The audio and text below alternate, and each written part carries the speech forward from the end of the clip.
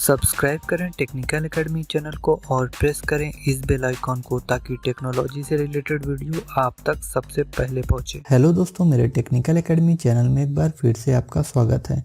दोस्तों, इस वीडियो में हम आपको एक्सटेंशन बोर्ड बनाना सिखाएंगे। दोस्तों, क्या होता है कि हम मार्केट में जाते हैं, वहाँ से एक्सटेंशन बोर्ड खरीद के लाते हैं, तो वो बहुत ही, या तो आप महंगा एक्सटेंशन बोर्ड खरीद के लाइए तो आपको अच्छा मिलेगा। अगर आप सस्ता एक्सटेंशन बोर्ड खरीद लेते हैं 100-150 रुपए वाला, तो वो बहुत जल्दी जैसे आप प्रेस वगैरह लगाते हैं तो जल जाता है। तो दोस्तों, इस वीडियो में हम आपको एक्सटेंशन बोर्ड बनाना सिखाएंगे, जिसमें आप अगर प्रेस वगैरह या नॉर्मल अप्लायंस यूज़ करें, जैसे फ्रीज हो गया, कूलर हो गया, तो वो जलेगा नहीं और उसकी लाइफ आपके मार्केट एक्सटेंशन बोर्ड से ज़्यादा होगी।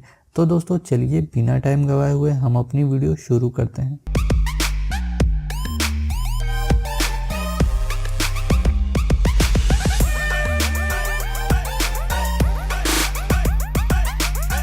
हेलो दोस्तों, जैसे कि मैंने आपको बताया कि इस वीडियो में हम आपको एक्सटेंशन बोर्ड बनाना सिखाएंगे। उसके सारे वायरिंग डायग्राम, उसमें कौन कौन से पार्ट लगते हैं, उसमें उसकी सारी चीज़ें आपको बनाना सिखाएंगे।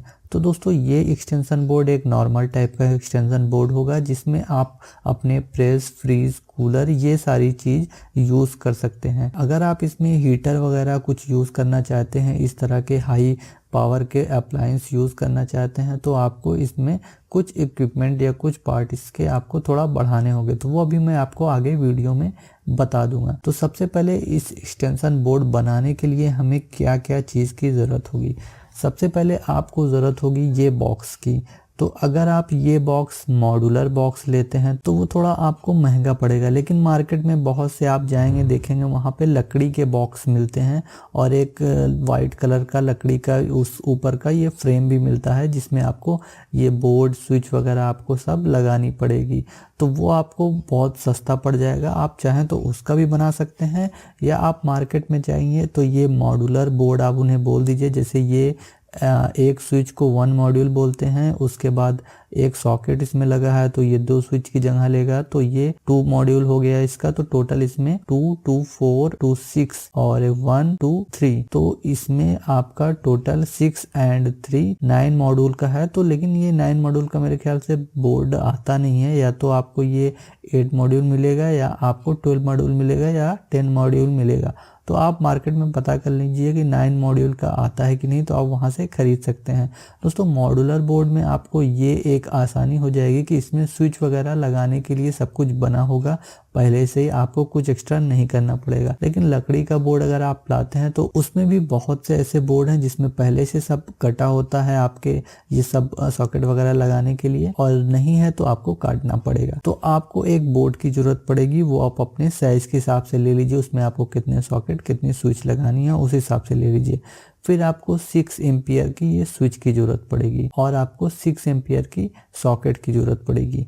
ये तो हो गया दोस्तों आपको स्विच, सॉकेट और बोर्ड की बात। दोस्तों, अब इसमें जो वायर यूज़ करने वाले हैं हम लोग, वो आम यूज़ करने वाले हैं 1.5 mm या 1 mm, दोनों में से आप कोई भी ले सकते हैं। ये छोटे अप्लायंस चलाने के लिए काफ़ी है। नॉर्मली आप 1.5 mm यूज़ कीजिए, बहुत अच्छा रहेगा, कभी जलने वगैरह की शिकायत नहीं आएगी। दोस्तों, ये हो गए आपकी पार्ट। अब हम इसका वायरिंग डायग्राम देख लेते हैं कि कैसा इसका वायरिंग डायग्राम बनाया जाएगा। तो दोस्तों, ये आपके सामने जो वायरिंग डायग्राम नज़र आ रहा है, इसमें जो रेड वायर है वो हमारा फेज है, और जो ब्लू आपको लाइन दिख रही है वो हमारा न्यूट्रल है, और आपको ये ब्लैक जो दिख रहा है ये आपकी स्विच है, और ये आपकी सॉकेट है। तो इसका कनेक्शन हम कैसे करेंगे? तो दोस्तों, हम ये जो फिगर देख रहे हैं ये समझ लीजिए हमारा उल्टा बोर्ड रखा हुआ है पलट कर इस तरीके से। तो अब हम इसमें अपना कनेक्शन करेंगे। तो सबसे पहले हम अपने फेज वायर को लेंगे। आप फेज वायर लीजिए या रेड वायर ले लीजिए, छोटे छोटे टुकड़ों में काट लीजिए। आप ऊपर भी से भी कनेक्शन कर सकते हैं, नीचे से भी कर सकते हैं। तो मैंने नीचे से किया है, तो मैं भी आपको दिखा देता हूँ। दोस्तों, एक छोटा सा टुकड़ा रेड वायर लीजिए, इस स्विच से लेकर डायरेक्टली इस स्विच में कनेक्ट कर दीजिए, और फिर आप दूसरा टुकड़ा लीजिए रेड वायर का, इस स्विच में दोनों एक साथ कनेक्ट करके यहाँ पर इस स्विच में कनेक्ट कर दीजिए। ये तो हो गई आपकी नीचे की वायरिंग। दोस्तों, अब आपके स्विच में 2 पिन नजर आएंगे, एक नीचे एक ऊपर। नीचे वाला तो आपका हो गया।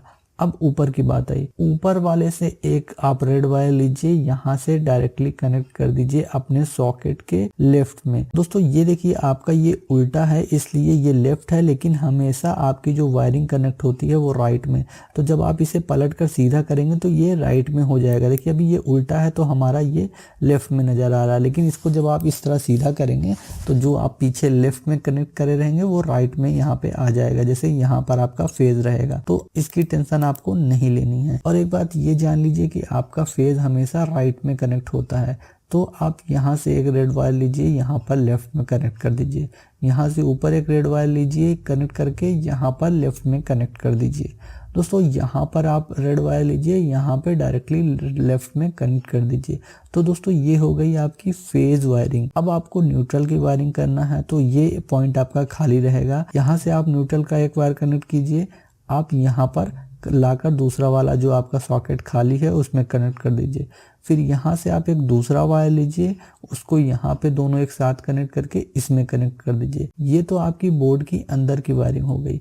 अब आपको एक बाहर से जो वायर आएगा जो आपके मेन प्लग में लगेगा, उसको आपको क्या करना है, आपको 2 वायर लेने हैं 1.5 mm के। आपको जो एक रेड वाला वायर लाकर इस स्विच में कनेक्ट कर देना है और जो न्यूट्रल वाला वायर रहेगा उसको लाके आपको यहाँ सॉकेट में कनेक्ट कर देना है। अब आप यहाँ पर प्लग लगाएंगे तो आपका ये एक्सटेंशन बोर्ड तैयार हो गया। यहाँ पर आप कोई चीज़ भी लगाकर यूज़ कर सकते हैं। अपना प्रेस लगाएंगे तो ये वाला जब इस सॉकेट में लगाएंगे तो इस स्विच से ऑन ऑफ होगा, इस सॉकेट में लगाएंगे तो इस स्विच से ऑन ऑफ होगा और इस सॉकेट में लगाएंगे तो ये वाले स्विच से ऑन ऑफ होगा। तो दोस्तों इस एक्सटेंशन बोर्ड में आप normally press, fridge, washing machine, cooler ये सारी चीज़ यूज़ कर सकते हैं। और दोस्तों इसमें अगर आप हीटर वगैरह यूज़ करना चाहते हैं तो सिंपली आपको कुछ नहीं करना है, कनेक्शन यही रहेगा। आप यहाँ पे आपको वायर की साइज़ बढ़ानी होगी।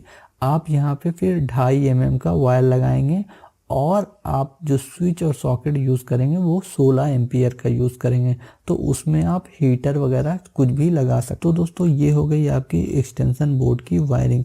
दोस्तों इस वीडियो में सिर्फ इतनी ही सी इन्फॉर्मेशन आपको देनी थी। अगर आपको वीडियो अच्छी लगी हो तो मेरे चैनल को सब्सक्राइब कर लें, वीडियो को लाइक करें, शेयर करें।